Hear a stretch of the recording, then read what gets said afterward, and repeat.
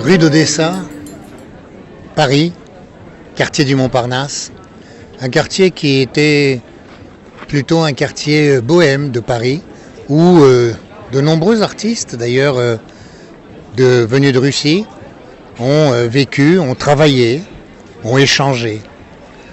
Mais cette rue d'Odessa, elle est nommée ainsi à Paris en l'honneur d'une ville superbe du sud de l'Empire russe.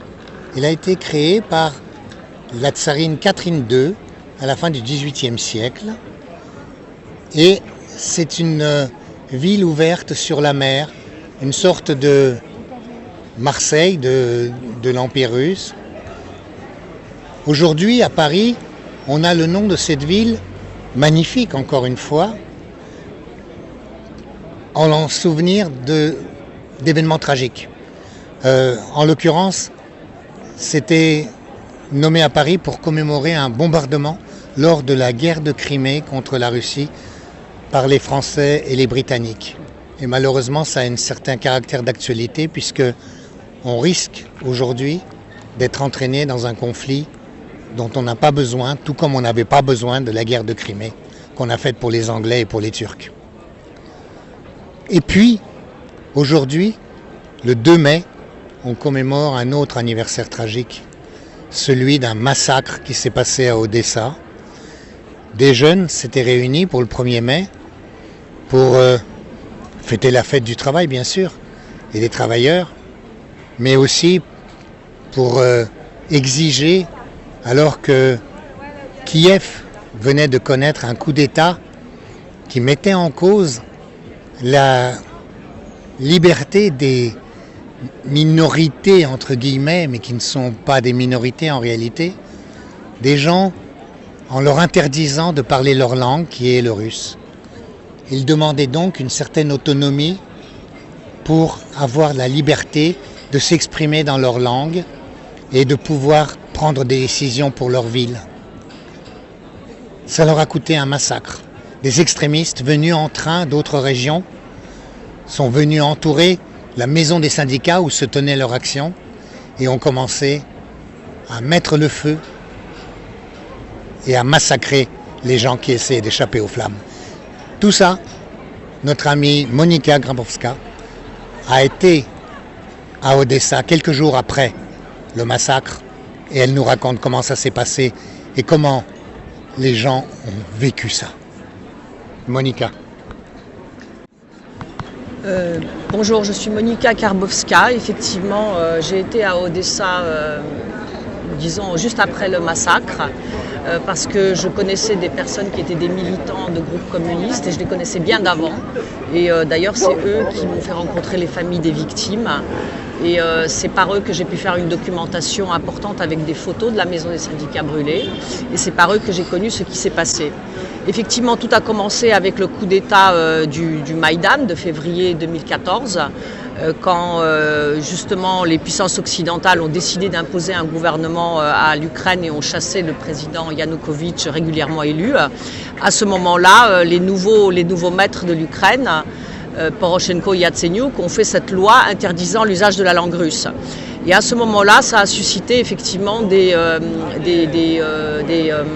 oppositions, puisque les personnes qui étaient contre, les citoyens ukrainiens qui étaient contre ce coup d'État, se sont rassemblés dans des rassemblements qu'on appelait les anti-Maïdan. Alors c'était des rassemblements pacifiques, et il y en avait précisément un à Odessa, place Kulikovo-Polye, dans le centre-ville où se trouve la maison des syndicats, qui est un bâtiment des années 30, un bâtiment soviétique que tout le monde connaissait, puisque c'était la maison des syndicats. Et donc ces personnes-là étaient des personnes odessites, des citoyens de toutes obédiences, qui étaient des habitants de la ville d'Odessa. Et donc c'était même pas un village de tente, c'était un lieu de rencontre quotidien en fait, où les gens débattaient de la situation politique.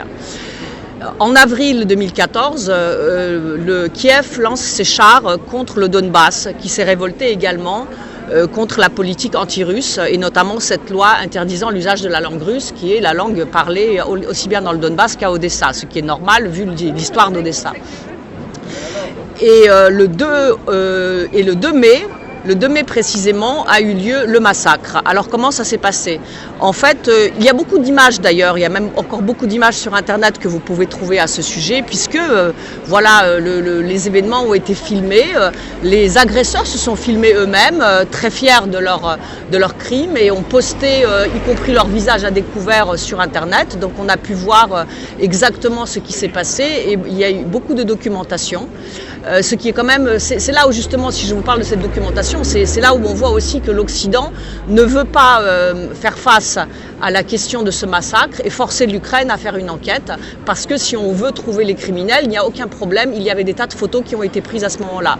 Donc le 2 mai 2014, qui était un samedi, tout un train de militants d'extrême droite, fascistes, nazis, bandéristes, d'une organisation qui s'appelait Pravé Sektor, secteur droit, donc qui était l'extrême droite du Maïdan, arrive à Odessa, d'autres lieux de Kiev, mais aussi d'autres lieux du nord de l'Ukraine. Ces gens-là débarquent armés de barres de fer et se précipitent vers la maison des syndicats. En chemin, ils frappent des personnes. Il y a déjà des bagarres parce que ces gens-là frappent déjà des citoyens d'Odessa. Les citoyens d'Odessa essayent de se défendre, notamment sur une place qui s'appelle la place de la Grèce. Les bandéristes, qui sont plusieurs centaines en fait, arrivent sur la place des syndicats. Et là, en fait, ils se mettent à frapper tout le monde et à pousser en fait les personnes présentes, qui étaient des jeunes, des vieux, des citoyens, quoi. En fait, on était samedi vers midi. Ils les poussent dans la maison des syndicats et barricadent les portes. En fait, il s'avère que tout était déjà préparé par à l'intérieur, dans ce sens que l'extrême droite avait déjà coupé l'eau et les systèmes d'anti-incendie, ce qui fait qu'il n'y avait pas d'eau dans la maison des syndicats. Donc les bandéristes poussent les personnes dans la maison des syndicats, ils ont barricadé les portes et ils ont mis le feu à la maison des syndicats. Il est même probable qu'à l'intérieur, il y avait déjà des substances inflammables très facilement et il ne suffisait que de balancer quelques cocktails Molotov pour en fait commencer à brûler la maison des syndicats. Et donc 100 personnes, au moins 100 personnes ont péri dans cet incendie qui était un incendie criminel, et pas que dans l'incendie, parce que comme ils encerclaient la maison des syndicats sur la place, quand les victimes ont essayé de s'échapper des flammes, les bandéristes les frappaient à mort. Et notamment, ils ont tué ainsi beaucoup de personnes. Notamment, ils ont tué une personne que je connaissais qui s'appelait Andrei Brajevski, qui était un jeune homme de 27 ans, qui était le fils d'Elena Rajkovskaya, une militante communiste que je connaissais. Et en fait, Andrei Brajevski était allé se porter secours d'ailleurs aux personnes enfermées. Il voulait les aider, il savait que c'était dangereux. Et il était identifié parce que les bandéristes, évidemment, ils avaient des listes déjà de personnes à tuer. Et il est très très probable qu'il a été vraiment ciblé et il a été frappé à mort devant la maison des syndicats. Depuis, ce qui s'est passé, c'est qu'il n'y a jamais eu d'enquête, jamais eu de justice. Les familles des victimes, évidemment, alors il faut encore rappeler que les bandéristes ont aussi empêché les secours et notamment les pompiers d'arriver sur place en s'emparant des camions de pompiers. Ils ont empêché les camions de pompiers d'agir. Et ils ont empêché les citoyens aussi de se porter secours aux victimes. Et après le massacre, le lendemain, le gouverneur d'Odessa, qui était Saakashvili à l'époque, il a en fait fermé la maison des syndicats, n'a empêché les gens de rentrer et d'identifier leurs proches. Et il y a eu même des députés, comme un certain Goncharenko, des députés du Parlement ukrainien, des députés qui se sont promenés, qui se sont photographiés en train de se moquer des cadavres des gens qui étaient étendus là.